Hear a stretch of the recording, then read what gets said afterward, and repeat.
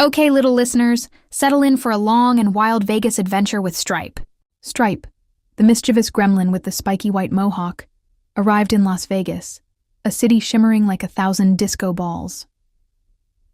"Ooh, shiny," he squeaked, his eyes wide with greedy excitement. He darted into a candy store, a wonderland of sugary delights. He grabbed handfuls of gummy bears, chocolate drops, and rainbow-colored licorice, stuffing them into his pockets and mouth. He left a sticky, gooey trail of candy crumbs and drool behind him, giggling with delight. He even tried to climb into a giant candy jar, making a huge mess. Next, he stumbled into a noisy arcade. Ping, pow, zap. The flashing lights and beeping sounds were mesmerizing. He jumped onto a race car game, mashing buttons with his claws. The car spun wildly, crashing into the walls and other games. "Wee!" he yelled, his voice a high-pitched squeal.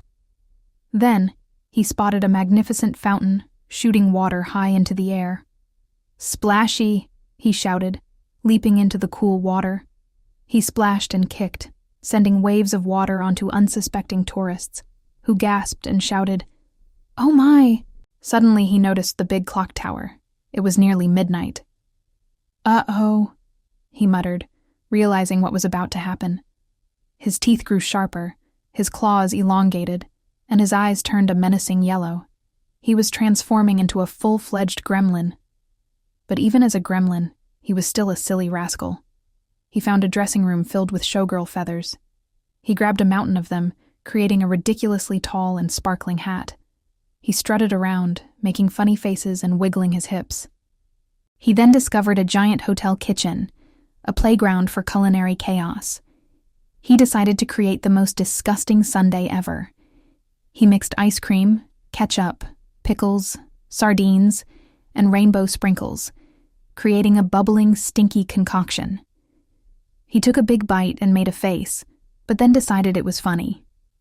Next, he found a room with giant casino dice. He started rolling them with all his might, sending them bouncing and scattering throughout the hotel. Some even rolled out the front doors, causing a small traffic jam of golf carts and confused tourists. The hotel staff, watching the escalating chaos, couldn't help but laugh, even though they were a little stressed. A kind, but very tired worker grabbed a large net and gently scooped Stripe up. "Time for bed, little gremlin," he sighed, placing Stripe in a reinforced, padded box. Stripe, exhausted from his epic Vegas adventure, drifted off to sleep. He dreamt of candy, games, fountains, his weird sundae, giant dice, and sparkly feathers.